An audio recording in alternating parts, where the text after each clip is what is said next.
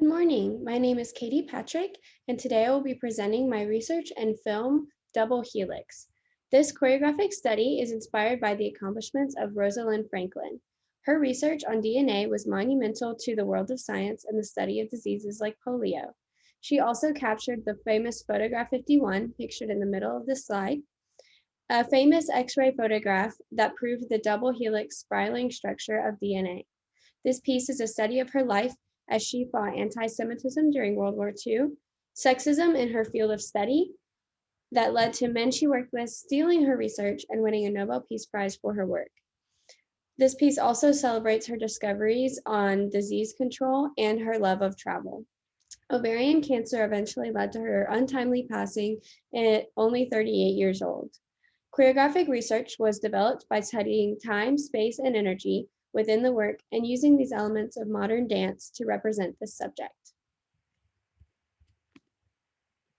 Time is discovered through the connectivity or disjointedness of the movement, the duration of a step or movement, the representation in which she lived, and repetition. There's a feeling of disjointedness and fast-paced rhythm, which does not necessarily stay on pace with the music. There is a lot of repetition throughout the piece, which references the methodology of scientific research and the importance of reproducible results. It is also notable to study the length of time a movement takes and how quickly it passes. A lengthy pause in the X shape is representative of how much time she spent on her double helix research. The slower movements at the closing of the dance work through the loss she experienced in her life, losing her Nobel Peace Prize recognition, losing her life to cancer at such a young age, and so many more things. The editing and costuming are also representative of the era in which she lived, with the black and white video and the vintage costume. She was a researcher in a time when women could not win the Nobel Peace Prize.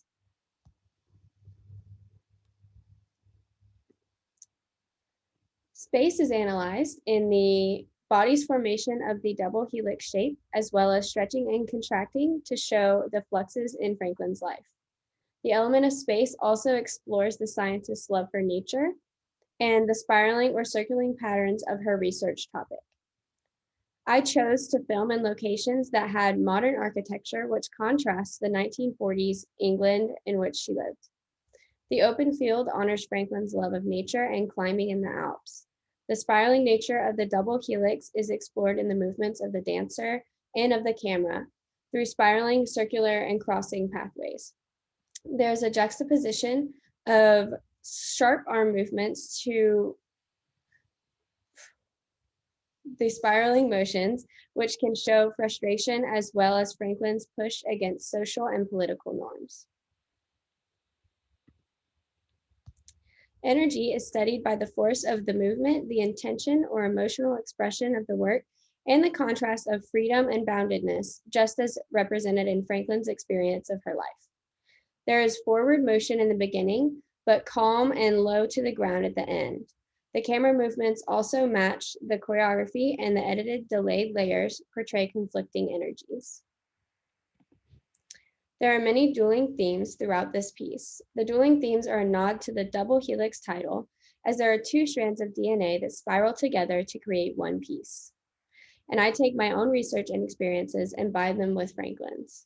Some of the motifs include, but are not limited to, comparing myself and Rosalind Franklin, the flat X shapes and the rounded spiraling shapes, nature versus architecture, reality versus reflections, music or the absence of nature sounds like birds or cars going by, the powerful tense movements versus reflective or soft movements, isolation versus totally being surrounded by life, and the 1940s attire and black and white film versus the modern buildings and the use of modern film equipment.